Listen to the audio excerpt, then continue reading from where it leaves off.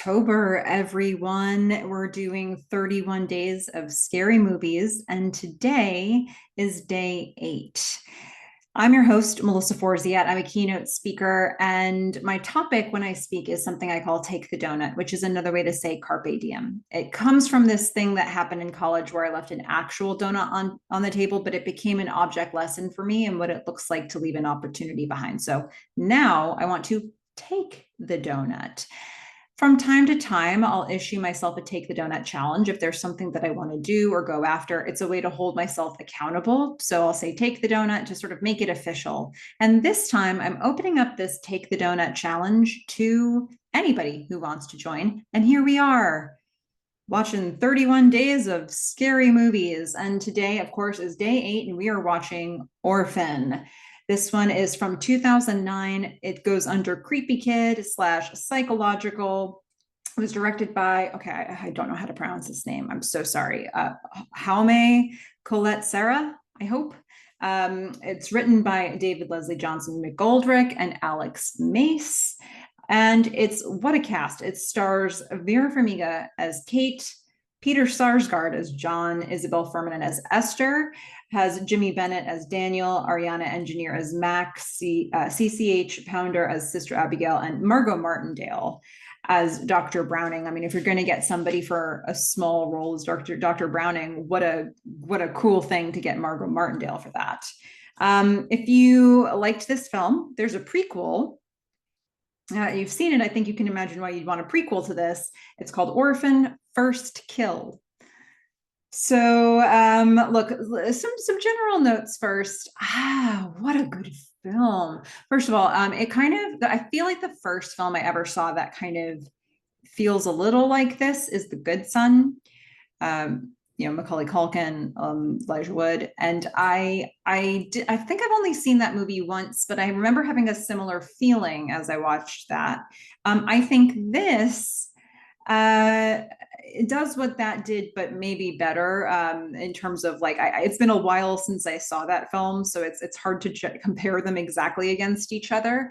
But I think this one levels it up both in terms of the weirdness of the twist, and then just I don't know. I think the acting in this is just out of this world. The cinematography is out of this world. So I think this has a lot of things that you can celebrate about it.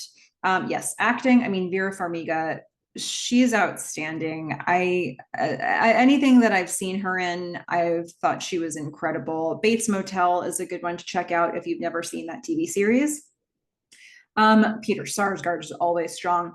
Isabel Fuhrman, who, as much as we're getting, like we're pretending that this is a person in their 30s pretending to be 9, Isabel Fuhrman was actually young when she did this role. And she has to pull off a lot in this. And she does. I think a little help from makeup towards the end there for that transition. We'll get there. We'll talk about that. But my goodness, they really needed somebody who was masterful to make this work. I just all across the board, just everybody who was in this, I think knocked it out of the park. As another general note, like the camera work, the shots, it was so pristine, so like such clean shots and such artistic shots that they got. And then I really like how, because it's, snowy season, we're getting so much of that contrast of snow and blood, snow and fire. I think it really helped for the look of it all. So, I think another character in this film is sort of the snow. It's like hiding secrets. It's making life difficult. It's helping Esther at points. And of course, like one of the weirdest twists that you ever did see. How do you even come up with a thing like this? I didn't even know a thing like this existed.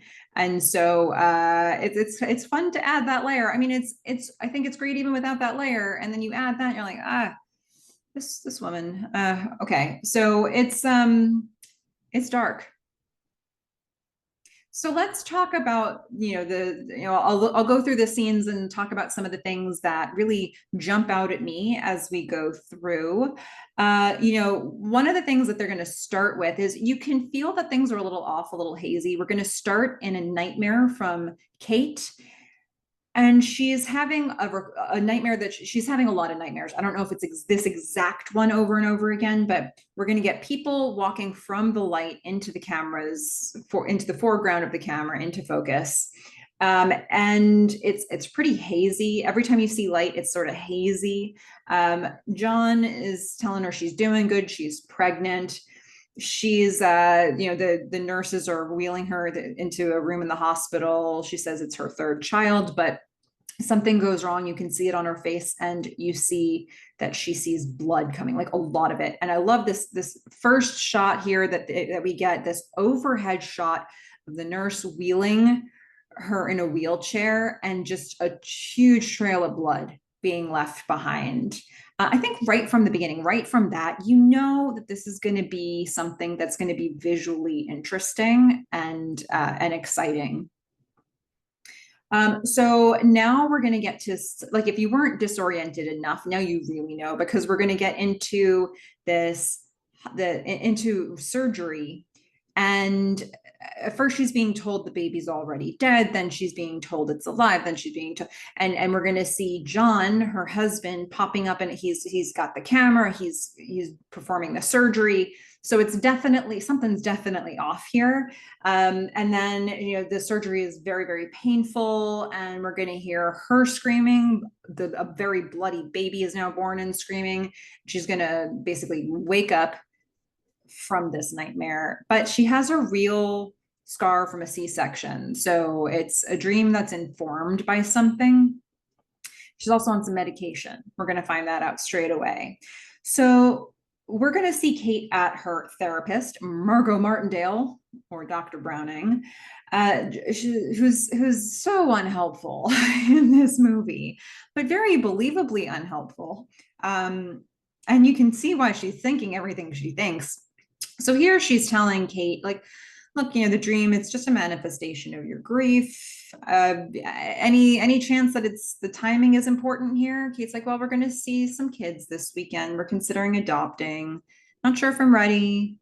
She says, like, I almost got wine the other night, but I didn't. So, we know that there's some sort of an alcohol problem there, or drinking problem going on. And then we're going to meet one of her kids. So Kate's going to go to a school for the deaf to pick up Max. And I think Max, this actress, Ariana, does such a great job in this movie. She's so compelling. Her face just says it all. Kate picks Max up, almost gets into an accident because she's just lost in thought about possibly adopting a kid.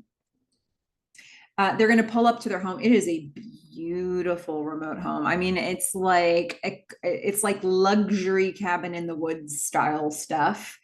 Kate is going to play the piano. She's very good at playing the piano. She's composing, actually, and she's getting a little distracted because Max is playing with the basketball. Max can't even really hear the noise that she is making. We'll see that a couple times, as we go through. But this, I think, is a really good way of showing us in a non-threatening way that, like, Max moves through the world without knowing that she's making noise. And so Kate comes out, she's like, I'm trying to work. Can you not? And then we're going to see John come up with their other kid, Danny, and they shoot some hoops for a second, and they all go inside. And so now we're going to see Kate prepping Max for bed. She takes out Max's hearing aid. This is a thing they do every night, whereas she goes to sleep, they take out the hearing aid, they put it on the nightstand next to her. Kate's going to read to her in silence. It's so beautiful. I don't know sign language at all. So if somebody knows sign language and this doesn't hold up, this doesn't check out, I'd be interested to know how accurate this is. But watching Vera Farmiga do this sign, it's so elegant. I feel like she must have some sort of a dance background. It's just so pretty. So graceful. And she's telling the story that she's reading is a book about a sibling who died. And so it's, I think, a way that they've been able to have this conversation with Max, because we're going to find that there was a third child they were supposed to have who died in utero. So Max, as they're going through the story, says, baby Jessica is an angel. She's like, yeah, a beautiful angel. So Kate is going to make a note in her diary. We're just setting things up later that we'll find again. So she's making a note in her diary. I paused the screen here. She's been having phantom cramps where her womb would have been. So, she can't have kids anymore, but she has the feeling of the pain of something that's not there anymore. So as she sort of flips the page over, she's closing the book. We're going to see a brochure for the St. Mariana Home for Girls. There's an open house happening. That's probably where they're going to look to see if they want to adopt a kid. She's going to take some meds. We're going to get a little bathroom mirror jump scare. Got to have one of those. Her husband comes up behind her as she's closing the door. We see his reflection. He is in the mood. She's not. And I think that's been how this has been for a little while now. And they're going to debrief about that. She's like, look, I'm excited about things, but I'm also pretty scared. John says, we don't have to go through with this, with adopting a kid. Kate says, look, I have so much love that I was going to give to baby Jessica, and it should go to somebody who needs it.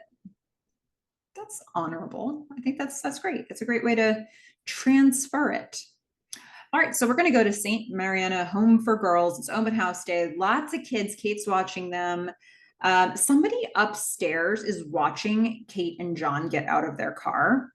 Kate's going to look up and see that there's somebody watching, and we're going to meet that person in a little bit. John is going to go to the bathroom, but while he's walking around the building, he hears somebody singing upstairs. Is that Louis Armstrong? That's a story of love. He's going to walk past drawings on the walls, drawings that this person who's singing did. Then he's going to peer into the door, the crack in the door. He's going to see Esther singing and painting. Her back is to him. He walks away, but she somehow sensed that he was there. So she's like, want to come in? Sure. So we're going to get a little introduction of them. She introduces herself as Esther. Her paintings are outstanding. She's very, very skilled, suspiciously skilled at painting.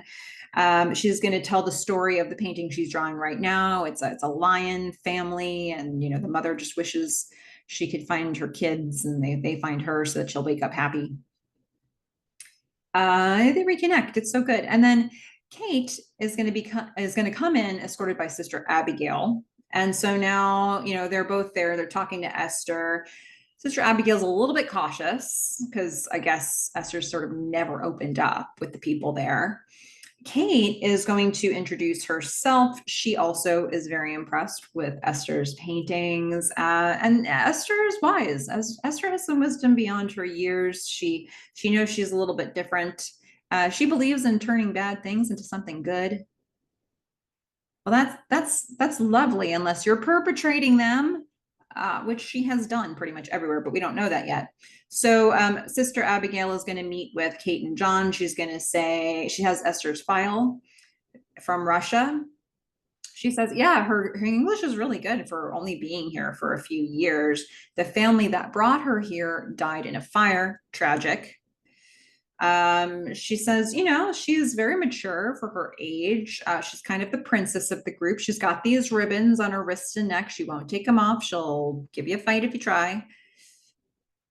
So what do you think? You into it? And they are. 3 weeks later, they come back. All the adoption paperwork is complete. They take her home. Esther has gone as far as to start learning how to sign, so that she can say hi to Max when she meets her.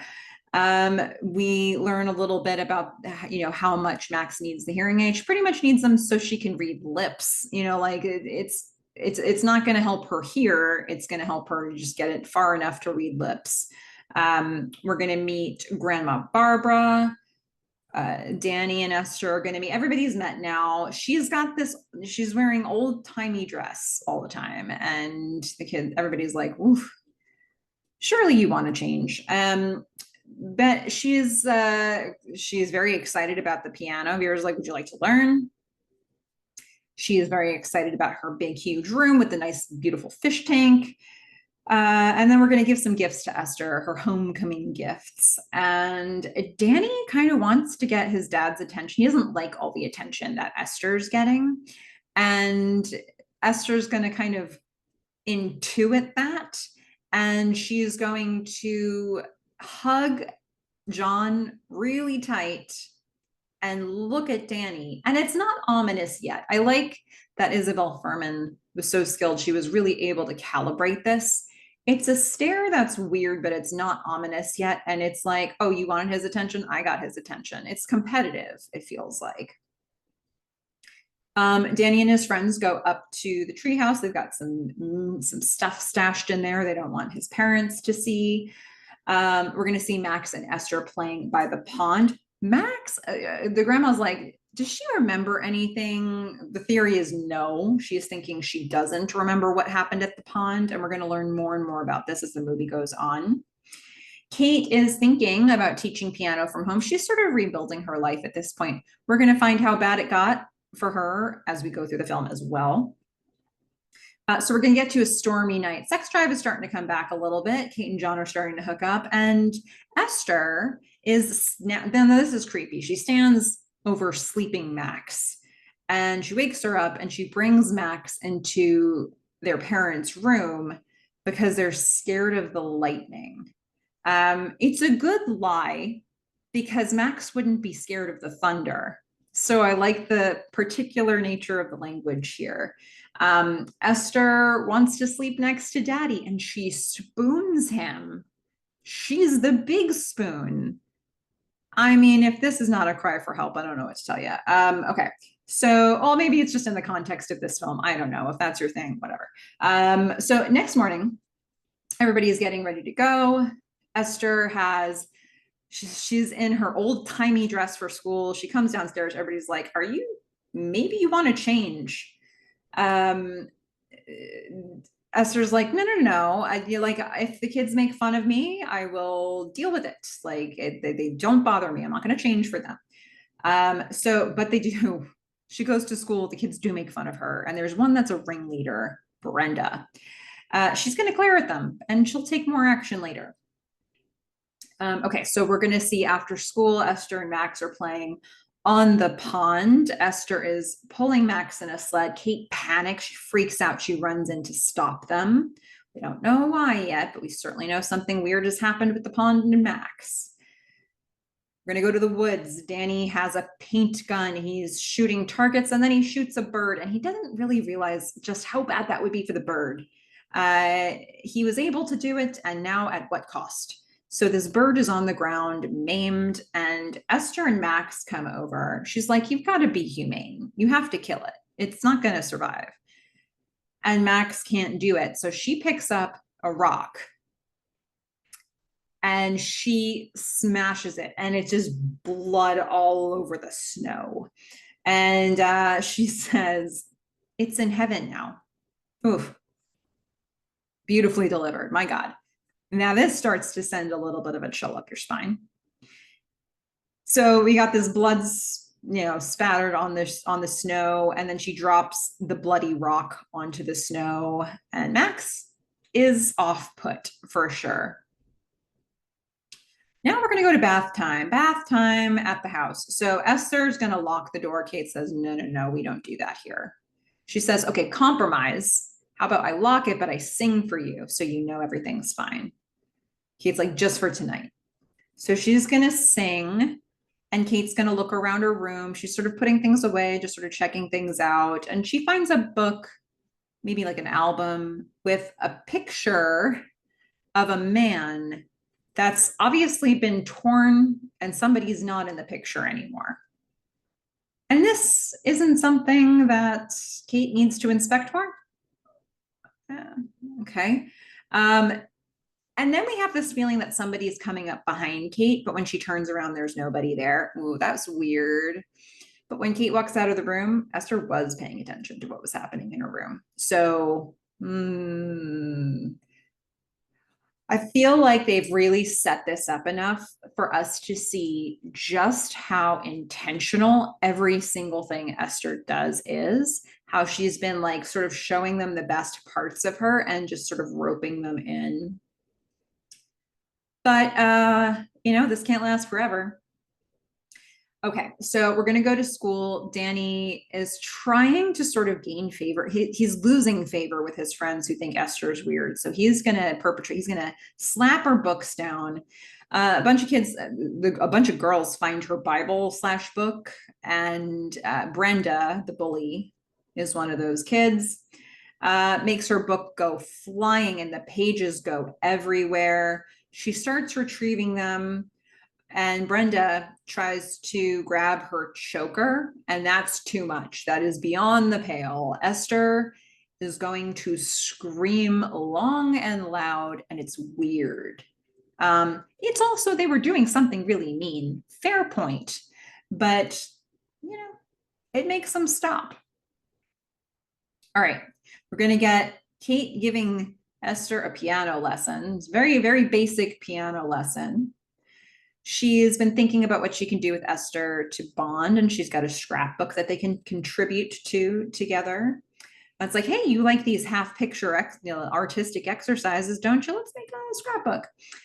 Esther is going to ask about Jessica. She's going to ask her point blank, and Kate's not going to shy away from it. She'll bring her to their greenhouse, which is the first time we've seen this space.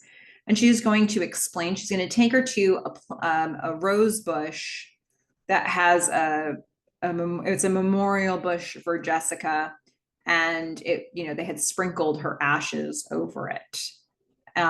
So that's how it's growing. We learn the context of Jessica, and so that's, we're getting all the basic information out there. Now we're gonna go to the kitchen. John and Kate, the sex drive is coming back. They're having sex. Esther's watching. They're going to stop. That's not cool. Next day, Kate is going to talk to Esther while Esther is painting. She's like, I feel like we need to have a chat, maybe like a birds and bees related chat. Sometimes, adults, Esther's like, I know, they fuck. She's just very direct about it. She more direct than I was trying to be, because I'm trying not to have YouTube be upset with me. But it stuns Kate. This girl's 9. You're using this word? Are you using it around my kids? So Kate and John are going to have a conversation the next day, and we're just going to see Exhibit A of how, it's probably not Exhibit A, this is probably Exhibit C at this point, of how bad a communication style they have with each other right now. They're not on the same page in terms of communicating. Kate's like, yeah, she knew what it meant when she said. It sounded very natural for her to say it. I think we should take her to Dr. Browning. John's like, whoa, whoa, whoa. She said one bad word. Can you just back off? He doesn't want to make it a thing. And isn't he going to pay for that in the long run? So now we're going to see things have to escalate, right? Because yeah, it is just one bad word. Maybe we can shrug that off as an audience, but how about this? Kids at the playground. So a bunch of kids at the playground. We're going to see a mom is flirting with John, and he's not accepting it, but he's not like slapping her in the face and telling her to go away either. Esther's watching all of this. We're going to see the bully girl, Brenda. She sees Esther and she's eyeing her. She's pretty reluctant about Esther now. She likes to know where Esther is at all times. And then all of a sudden, Esther disappears. And Brenda's like, oh. So she's at the jungle gym. She's climbing up the jungle gym, very wary. It's the longest climb up a jungle gym you'll ever see. Okay. And then Esther's going to go ahead and push her off. She's going to bust her leg on a slide. And she lives, but she's pretty banged up. And Max saw the whole thing. Max knows this was done on purpose. We're at dinner. It's silent. It's uncomfortable. Max is upset. John is like, I was told you pushed her. He says that to Esther. She's like, no. Max is going to not defend her, but is going to side with Esther because, frankly, Max is terrified of Esther. Probably, let's beat him. Let's beat him by joining them first. So she says, oh, no, the girl slipped. That's what happened. So Esther is going to pray over her food, which is not customary in this household. Max is going to follow suit. Like, once again, let's join them. Not That's how we're going to beat them. Like, I'm not going to get on her bad side. I see what happens when you get on Esther's bad side. Esther is now fluent in sign language. So this is an advantage that Esther has already taken away from Max, because there were people in the house that Max could have communicated with, all of her thoughts, but now she can't do that without Esther knowing it too. And by the way, how does Esther know just like everything Max is saying in a short amount of time? That's probably going to be due to the thing we find out about the twist later. Danny just like hates how like maturely she's cutting her food. He's eat normal. My friends make fun of you. Is it like, stop acting like you're from Transylvania or something. She's like, okay, Transylvania is a region and it's not the region I'm from. All right, like, get it straight. And Danny is saying, like, my friends make fun of me because of her. And he gets so upset. He's like, they're like, don't say things like that about your sister. Danny's like, she's not my effing sister. He's going to leave. John's going to follow. And just for that, he's going to take away his access to the treehouse. He's going to lock it until Danny apologizes to Esther, which is going to be a long time from now. I'll tell you that much. All right. We're going to go to a grocery store. Kate and Esther and Max are all there. And Sister Abigail gives her a call. She's just checking in, just seeing how things are going. Esther does not want to talk to Sister Abigail. Sister Abigail needs her medical and dental charts, so just make sure you get those to her real quick. Max is reading lips for Esther. Esther asks, Max has to do it now. And she finds out that Kate is telling Sister Abigail about this F-bomb situation. She's like, what's an F-bomb? She's like, oh, all right. And also she's going to find out that Kate's telling her about the Brenda situation, falling off the jungle gym or maybe being pushed off. Abigail's a little bit alarmed. Her ears perk up a little bit. She's like, I think I need to do a little digging on this. So when we get home, we now need Kate to really start feeling on edge about things, because that's how we're calibrating this film, or we're building at this point. And so Kate's at home. She's going to hear Esther playing piano perfectly, a complex piece. And she's like, you told me you didn't know how to play. Esther says, no, you asked if I wanted to learn from you, like you offered to teach me, and I accepted. Didn't say I needed it. Kate's like, you pretended. Esther says, it must be so difficult for someone who loves music as much as you do to have a son who's not interested in a daughter who can't hear. This is one of those things. It's like, that cut right to the bone. That's a very adult passive aggressive thing to say. Feels like it's a little beyond a 9-year-old skill set. Kate is going to debrief with John again. John is going to continue to not believe Kate. And Kate's like, she's on her best behavior with you. You wouldn't see these things. Esther told Kate that John was hitting on Joyce Patterson at the park. And now he's like, oh, okay. Like, he gets defensive. She says, okay, but you were hiding this from me. It would have been fine if you just said it, but you were hiding it. He says, look, like, it has been like, we have statute of limitations is up. I had an affair 10 years ago. Okay. She's like, right. It was 2 years ago that you told me about it. So a lot's happened for them in the last few years. John says, oh yeah, well, I gave you a second chance. He alludes to her alcoholism. He alludes to putting one of their kids in a dangerous situation, which I figure at this point is Max, and it is going to be confirmed later. And Esther is smiling as they fight. Right about now, she's starting to make me so angry in the best possible ways. Danny's playing Guitar Hero. Max is drawing. Esther's going to come down and she's going to get the door, and Sister Abigail is there. This is not part of Esther's plan, and Esther has been planning. So Abigail is going to be talking to Kate and John. She's like, my bad. I made a mistake. I think maybe something's wrong with Esther. Trouble seems to find her. I called her old school. There's this boy. He accidentally stabbed himself, but she was right there. Um, you know, Also, her old family, their house, it was, set on fire. It was arson, and they never found the arsonist. Esther's overhearing all of this. Now, Esther's going to escalate her plan. She's going to move quicker. So she's going to get Max's help.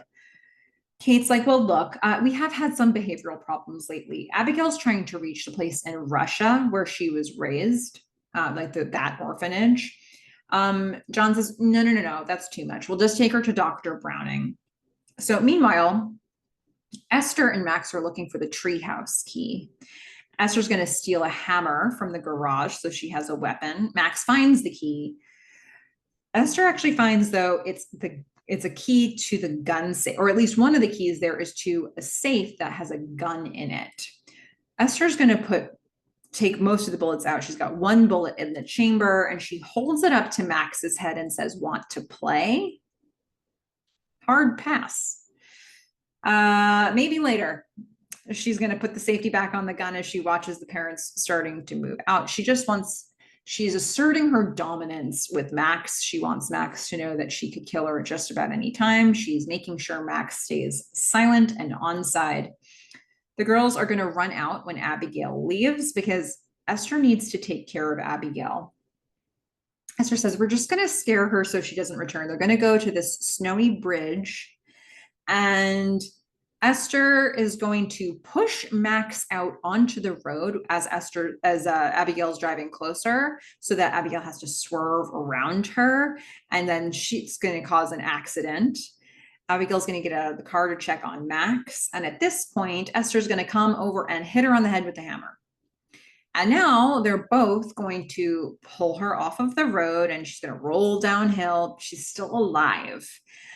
She's crawling away, and then Esther grabs that hammer and she just hits her over and over and over until she is dead. And we are going to see so much blood just splattering in every direction all over the snow. It's horrific and sort of just creative and artistically done all at once. Esther then needs to get rid of the evidence. Max is terrified by all this. She is very well aware of how real the danger is with Esther.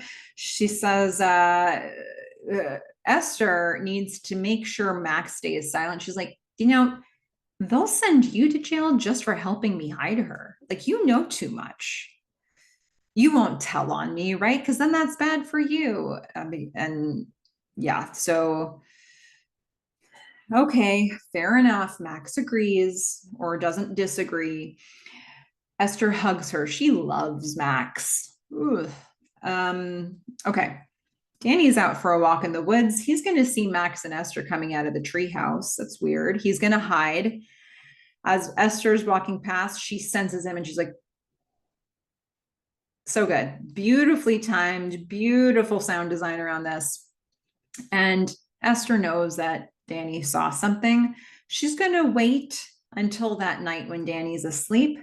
She holds a box cutter to his throat.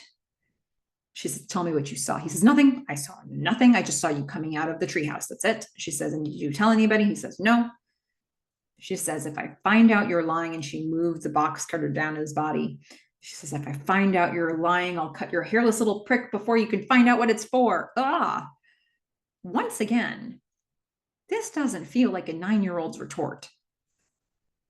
Woo, talk about maturity. Is that what we're calling it? Okay. We see that Esther's been brought to Dr. Browning, and she, as is her wont, she charmed the pants off of Dr. Browning. And then Dr. Browning brings in Kate and John. She's like, you sure this isn't just you?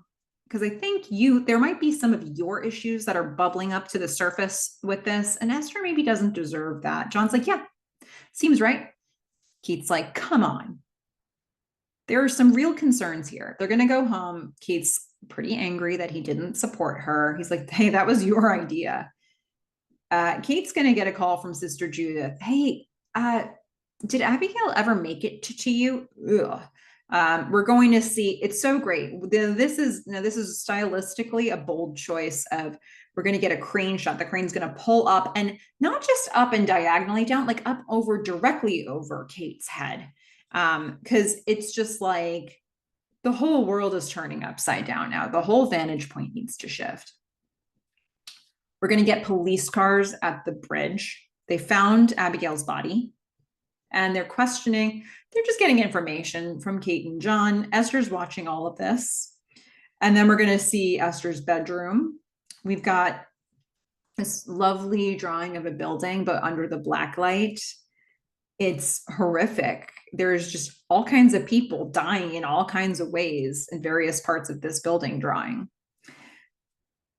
I love the choice with the black light. I really do. They use it pretty effectively in a couple different ways here, including in the credits, and I enjoy it.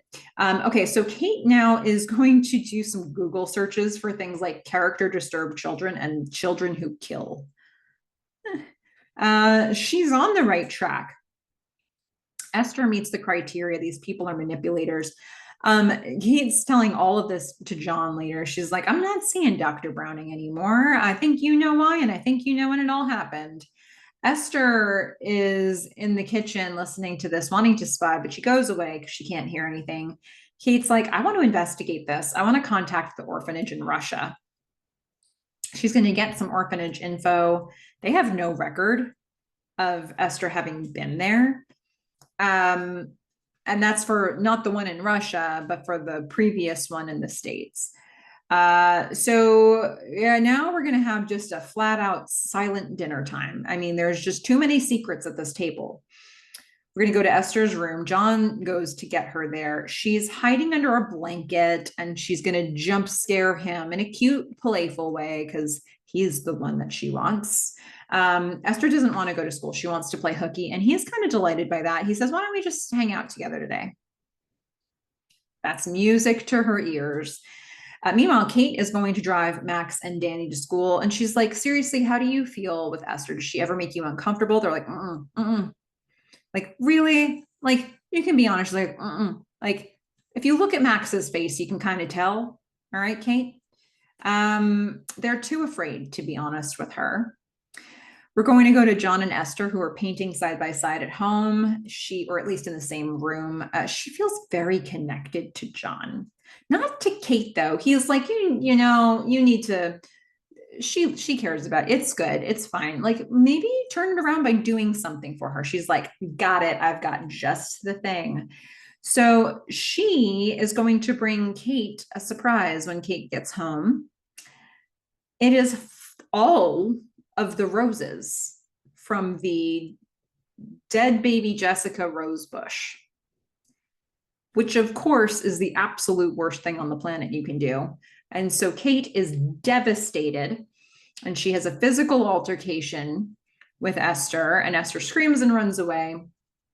And Kate is on the ground crying. And then we're going to see the next part of Esther's plan come into effect. She sneaks into the garage. She is going to break her own arm in a vice. And then she's going to go to her bed and cry for John to come in, for her daddy to come in, which he does. And then he sees her arm broken. And surely that must be from what Kate just did, because what else could it be from? No way she put her arm in a vice and broke it herself. So she's going to get home from the hospital. John is going to put her in his bed, in their bed. And he won't let Kate sleep there. He's like, you broke her arm. That's it. That's the last time you hurt one of our kids. You're going to sleep downstairs. She instead is going to go to the liquor store. She's going to buy a couple bottles of wine. She fills a glass. She pours out one entire bottle of wine. She doesn't drink any. But this is going to be very incriminating for later. So the next day, Kate is going to drive the kids to school.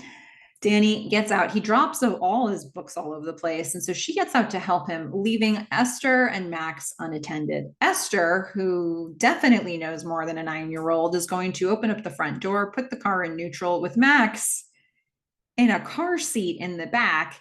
and she's going to let this thing roll out of control with Max in it as she just walks away from the car. And now the car is rolling in reverse or backwards, and people are trying to stop it, and oncoming traffic is coming, and Kate's running after it, screaming. And then it finally, luckily, is stopped by landing in a snowbank. Today, the snow was a good thing. So this is terrible. She grabs Max. She's trying to console her.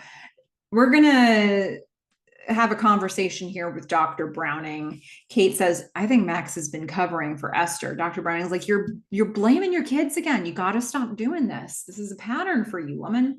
The girls found your wine bottle. She's like, no, I had two. I've dumped one out. I saved this one. I haven't drank anything.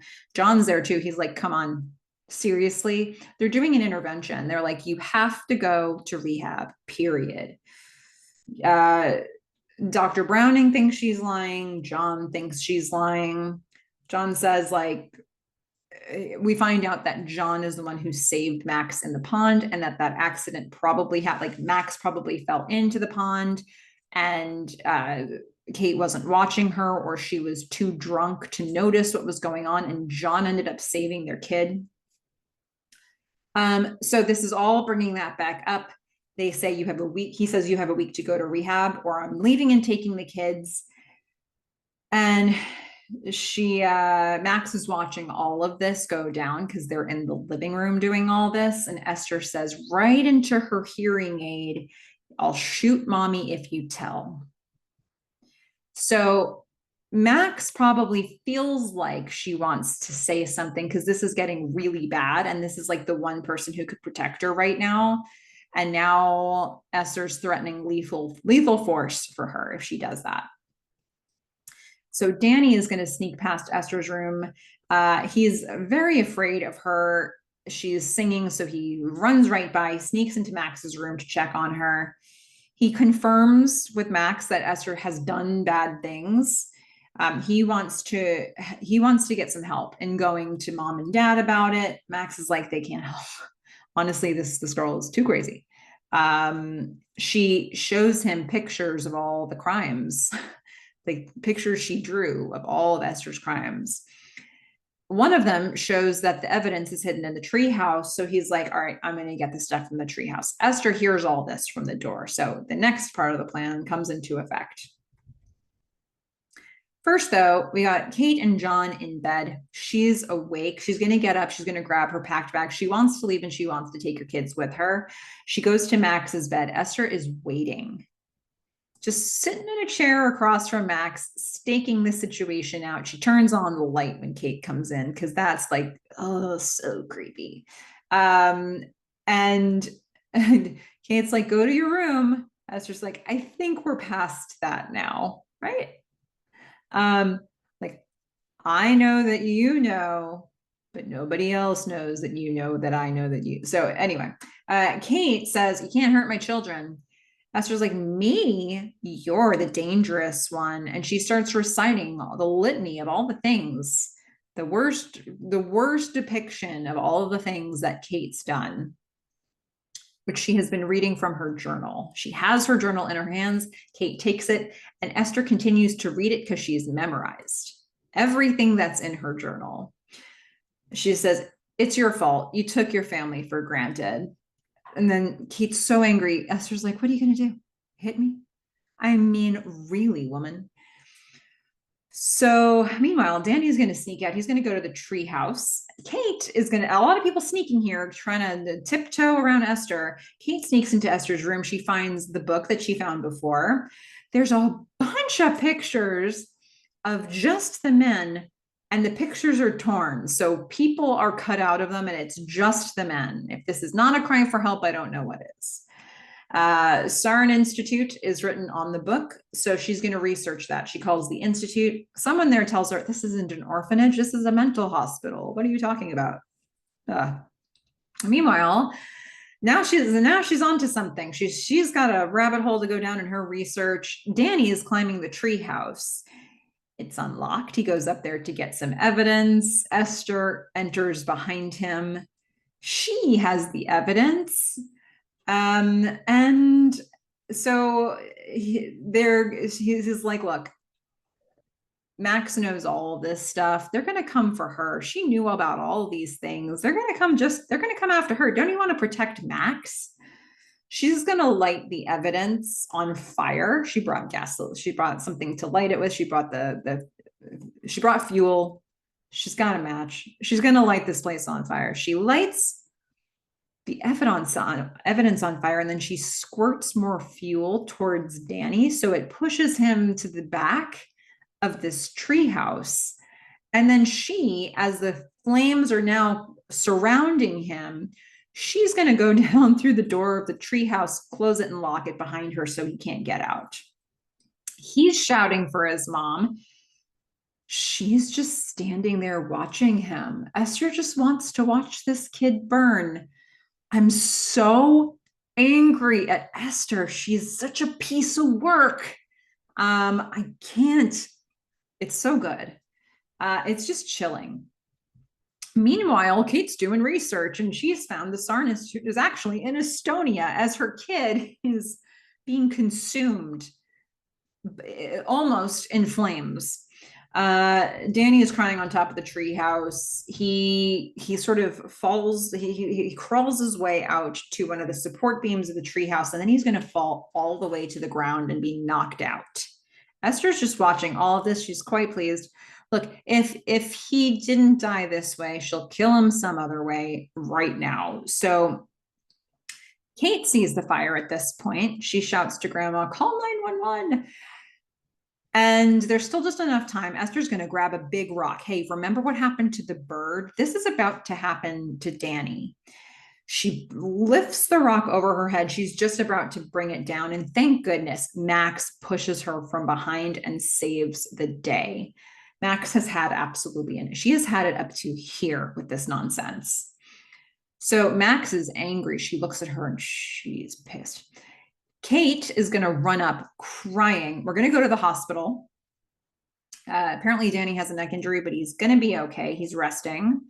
He might remember some things when he wakes up, but we'll find out. And Esther's like, oh, this doesn't work out well for me if he does. So she's going to have to do something about that.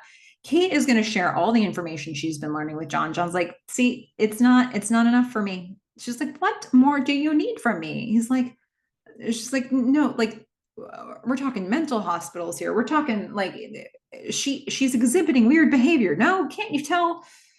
He doesn't believe her. Kate's like, look, it's either Danny or Esther that started the fire. Which one do you think did it? He's like, I think you need to leave. Like, you can't be a parent to these kids. Like, this has to stop. She says, here's the condition. If I go, Esther has to go too. Esther, meanwhile, is cooking up a plan. She needs to get away from Grandma and Max. And so she's going to ask for money to go to the vending machine. Then we're going to see the drapes closing around Danny's bed. Oh, something terrible is going to happen to Danny. Max wants to go get Esther. She's going to go to the vending machine and not find Esther there. So she's now panicked. She's going to try to get Kate's attention. And Esther is going to smother Danny. Like for a long time. Just when you think that somebody's going to come and interrupt this, nobody does. And so it looks like Danny just died. He flatlined, and because she put the sensor back on his finger, the doctors can tell that he flatlined. So they come in to try to bring him back to life. They're going to try to resuscitate him, and they do is the thing. They're going to get a pulse. Kate knows what happened here. She's going to find Esther, and in public, she's going to slap her because you mess with my kids, you mess with me. But this is exactly what Esther wanted. She wanted this public display, and she's like, Daddy. Kate is restrained. She's screaming. She's like, you don't understand. So Kate is going to come to in a hospital bed. John is there, and he's like, Danny will be okay. I'm going to take Max and Esther home. Kate's like, don't let her touch Max. Don't let her near Max. John doesn't believe her at all. Doesn't care. So now it's nighttime. First, we're going to say goodnight to Max. She's going to take out her hearing aid, put it on the night table next to her. Max shrinks away as Esther comes in. Esther's going to kiss her on the forehead like the creep that she is. And while she's doing that, she's going to swipe the hearing aid from off the nightstand. Good sleight of hand there, Esther. Not the kind of thing a 9-year-old would do. Okay, so John is he's just recovering. He's in the living room. He's got that bottle of wine that's been left behind for him to consume. Esther is gonna get all fancy. She's putting on what I assume is a black dress that's Kate's black dress because she's cutting it to length. She's gonna put on a whole face of makeup. She's gonna get very fancy. She's gonna grab a knife. She's going to go to the living room to be with John. And I mean, be with John. She brings a charcuterie board, for God's sake. She's being seductive, and he thinks this is a bit amiss. He's got double vision, but she like kisses him a little on the cheek. She does it again. She goes in for a third time. He's like, wait a minute. She says, let me take care of you. He pulls back. Esther's like, you said you loved me. He's like, but not like that. I like Kate like that. What's happening? Esther's like, I don't see it. Shade.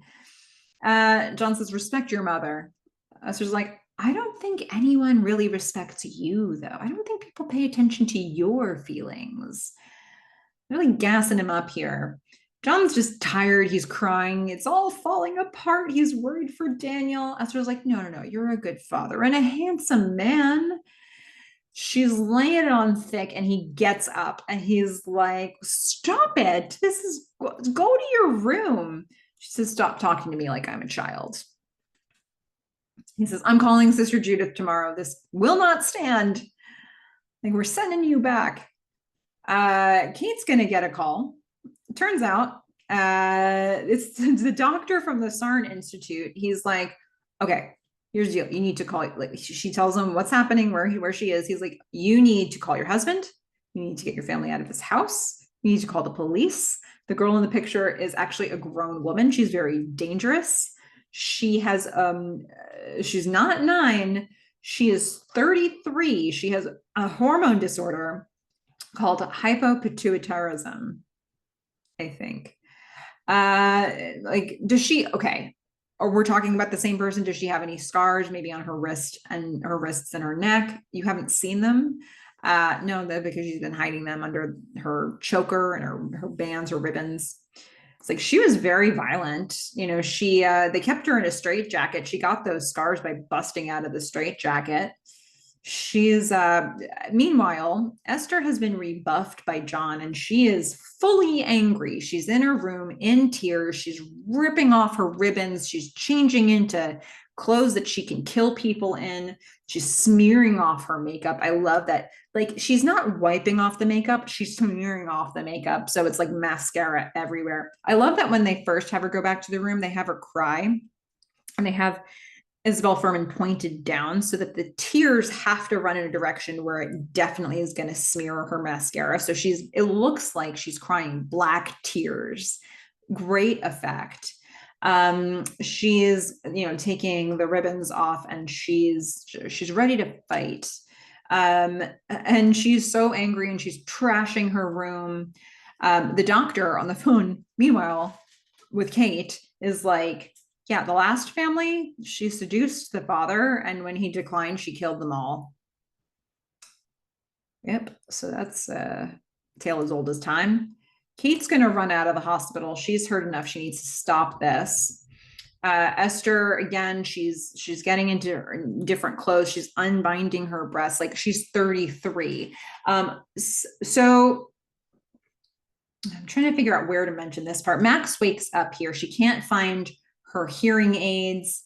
John is going to look for Esther. He's not finding her. He goes into her room and sees all of her drawings, but under the black light, he's seeing that all the drawings that looked peaceful and serene are homicidal. They're pictures of people dying in terrible ways. He pulls them down. He sees a really graphic sexual one, maybe a couple that are like that. Kate can't get through to John on the phone. Meanwhile, his lights go out, the phone goes out. Like basically, Esther has just ripped everything. Like she's knocked out the power in the phone so as not to be retrievable. He's going to start walking through the house with a flashlight looking for her as Kate's calling the police. Esther's going to stab John, and we're going to get a look at Esther's face now. Now that she's been pulling a lot of her makeup off, the way they did, what a makeup job this must have been. I want to congratulate anybody who did the makeup for Isabel Furman here, because they have to make it look like she's a 33-year-old woman in a 9-year-old body who just pulled her makeup off. And that's a few different layers of things you have to do as a makeup artist.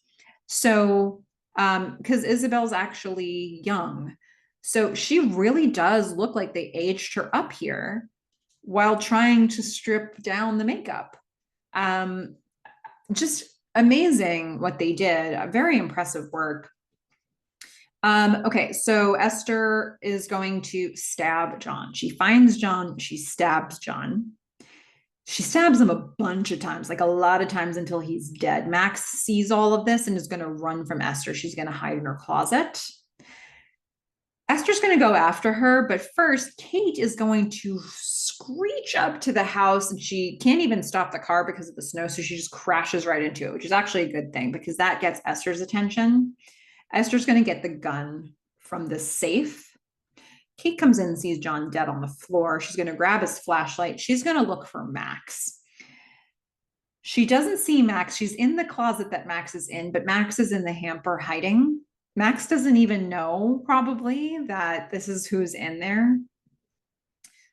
Kate's going to check the shower. There's nobody there, but unfortunately, Esther's going to shoot from the floor below through the glass and hit, I believe, her arm, hit Kate's arm. Max is going to get out of the hamper. Kate goes into the bedroom and sees that on her bed, there's a rose and lit candles everywhere. She's like, what the? Kate, however, is being very quiet. She's going to then go to the bathroom and bind up her wound. Esther has this gun. She's following around the house. Max is sneaking through the house right around here. I love that they show us these shots of each of them separately, but we never have the context of where they all are at the same time. So you're constantly nervous no matter who you're watching. Esther is going to pull the gun in the bathroom because that's where Kate just was, but Kate's not there anymore. Max is going down the stairs. Esther looks outside over the rooftop and she doesn't see Kate, but that's because Kate's a little bit better hidden, like in the corner. So Esther thinks, yeah, but it seemed like the window was open anyway. I'm going to go ahead and shut and lock it. So she's locked Kate onto the roof. And now we're going to see that Max has made her way into the greenhouse. What a cool place to have like another battle. She's going to knock over the flower pot. She doesn't even really know that she made a noise here. She doesn't have her hearing aid in. So like it's this really loud noise that Esther can hear, but she's not aware of how much danger she's actually in now. Esther's going to start going to look for her. Kate can see through the clear greenhouse roof, which is basically on top of what's happening. She's going to signal to Max. She's going to tell her to hide. Esther comes into the greenhouse. Kate's on the roof trying to get Esther's attention. She sees Kate's shadow. She shoots and she misses. But we're going to hear glass cracking now as Kate walks across the roof, tracking Esther. Max is going to run. Esther's a terrible shot. In her 33 years, she didn't learn how to shoot and hit a target that was moving. So she shoots a few times, misses Max. Kate breaks through the glass and lands on Esther. Full weight of Kate coming in from the second floor of a building, basically directly onto Esther. And so she knocks Esther out. Max is going to shake Kate. She's crying. Kate's going to grab the gun. She's going to grab Max. She's like, she's taking the weapon away from Esther. Esther's motionless. So Kate's going to go out and towards the pond. She's carrying Max with her. Police sirens are starting to come up. Max is crying. The police are going through the house. They're seeing John's body. They don't see Esther. Uh-oh. So we're going to see that Kate's holding Max near the pond, and Esther runs at her with a knife. The knife that she had from when she was talking with John, probably. They both land on the pond, the frozen over pond. Esther's stabbing at her. Max can see the gun, but it's kind of a little close to like the pond. So Esther's slashing at Kate's legs. The music is so intense. It's the crescendo of it all. They're fighting on this frozen pond. Max is going to grab the gun. She's crying, her face is soaked with tears, at least. She's going to shoot a hole in the ice, and it's going to crack, and a big hole's they're going to fall through a big hole in it. Esther and Kate both fall. Kate surfaces, Esther surfaces with the knife and drags her down. She's stabbing at Kate. Max is watching this whole thing. She sort of steps out onto the ice because Max probably has some really bad associations. No matter how much she remembers consciously of what happened on that ice for her some time back, it's in there somewhere. So Kate is going to knock Esther out underwater, and then she's going to burst to the surface. She tells Max, like, go back. I don't want you falling in. Esther's going to grab Kate's leg. She's trying to pull herself up and pull Kate down at the same time. She has the knife behind her, getting ready to strike again. And Esther, in like one of the creepiest last lines, says, please don't let me die, mommy. And then, oh, I'm just saying it, YouTube. Kate says, I'm not your fucking mommy. And she kicks her and sends her back down. And we're going to watch as Esther fades to black under the water as she falls to the bottom of the lake bed or the pond bed. Kate is going to bring Max back towards the house. The police are going to swarm her. They're going to take care of them. And we're going to do the credits. I enjoy the credits. We start with the credits over like images of Esther making herself up to look pretty for John. And it alternates between, white, like classic font, and then like black light writing. So that part I really enjoy. And then eventually we get to the credits where it's the Story of Love song. Go a little more old-fashioned with it, but so good. Isabel Fuhrman, so many levels to have to play here, really complicated. And it has to be, if that role doesn't work, the movie doesn't work. And it does, because she's so good. And it makes me so angry. And it just, the tension of this movie was just perfectly tuned at all points, I think. So I love this one. That's what I thought about Orphan. The question is, what did you think about Orphan?